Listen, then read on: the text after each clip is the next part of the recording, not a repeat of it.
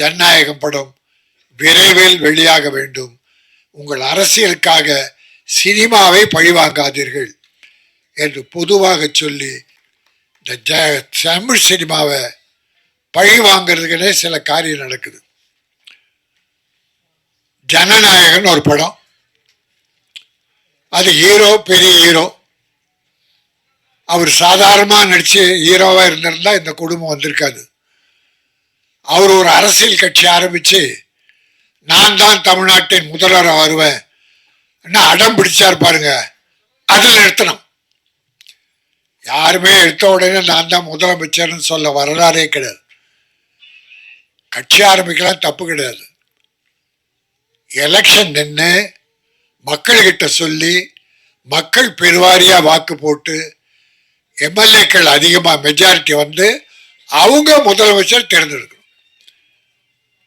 எடுத்த உடனே நான் முதலமைச்சர்னா 50-60 வருஷமா கட்சி நடத்துறாங்களே அவங்கெல்லாம் என்ன ஆவாங்க?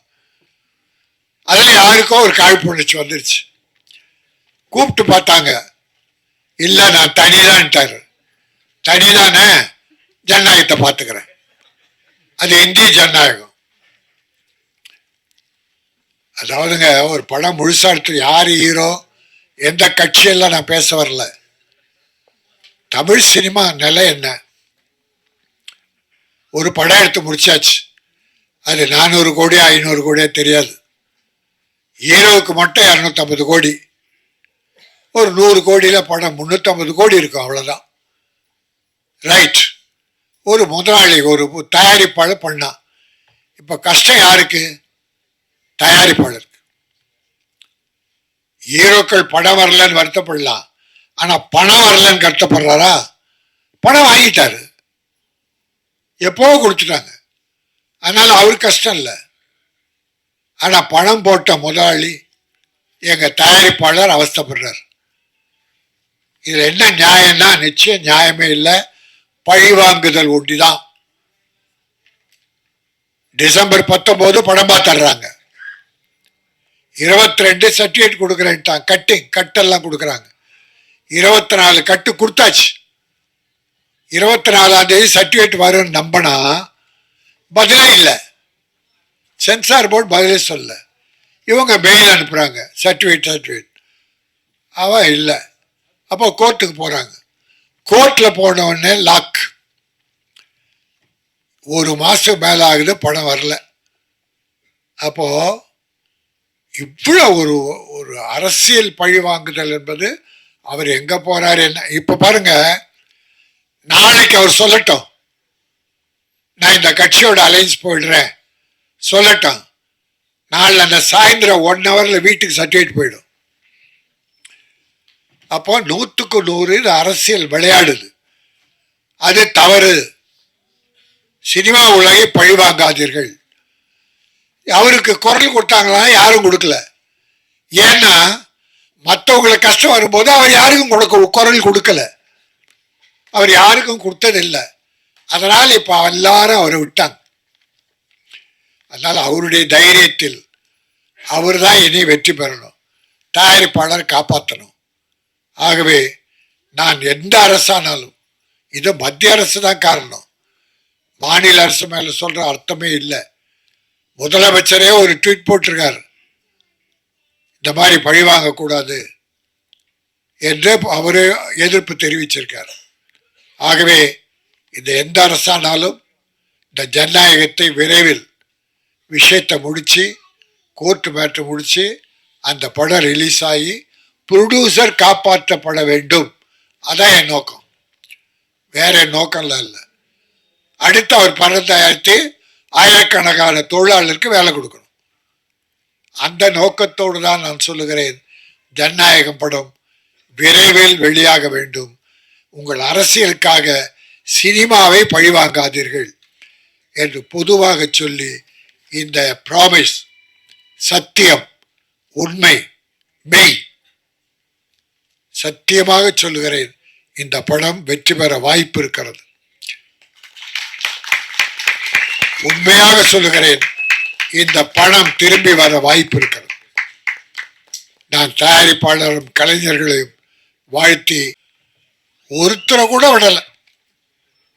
எல்லாரையும் கோட் பண்ணி அற்புதமா நன்றி சொன்னார்.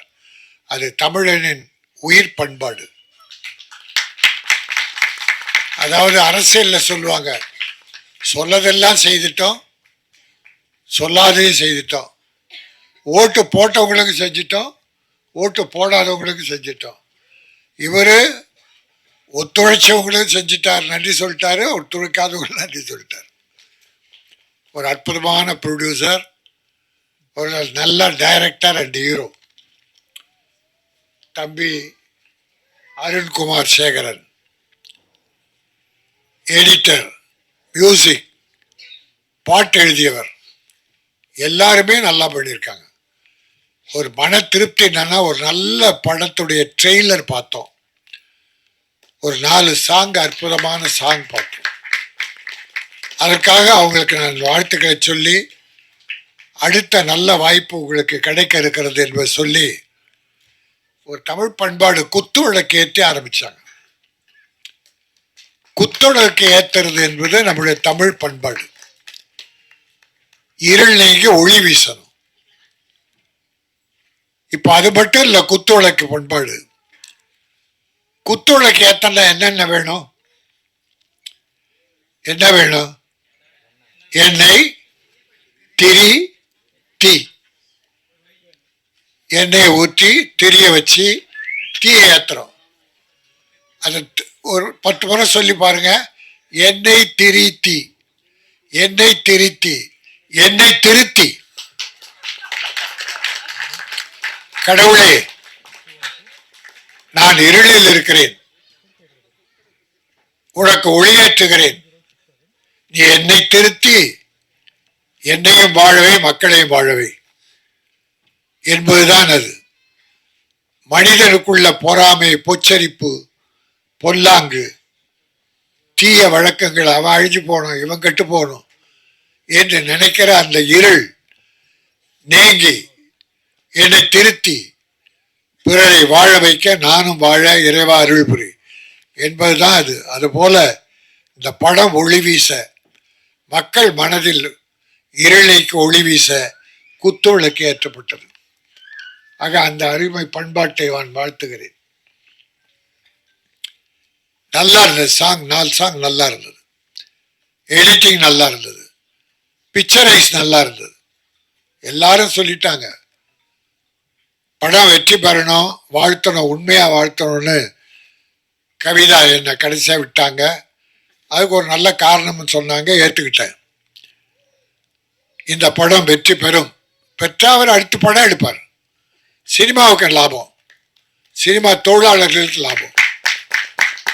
பணம் வந்ததுன்னா திருப்பி எங்கள் ஆளுங்க என்ன பண்ணுவாங்க, அடுத்த படத்தில் தான் முதலீடு பண்ணுவாங்க. அதுபோல் ப்ரொடியூசருக்கு போட்ட பணம் வந்து அடுத்து அவர் படம் எடுத்து பல 100 குடும்பங்களை வாழ வைக்கணும், தொழிலாளர் குடும்பங்கள் என்பதை வாழ்த்தி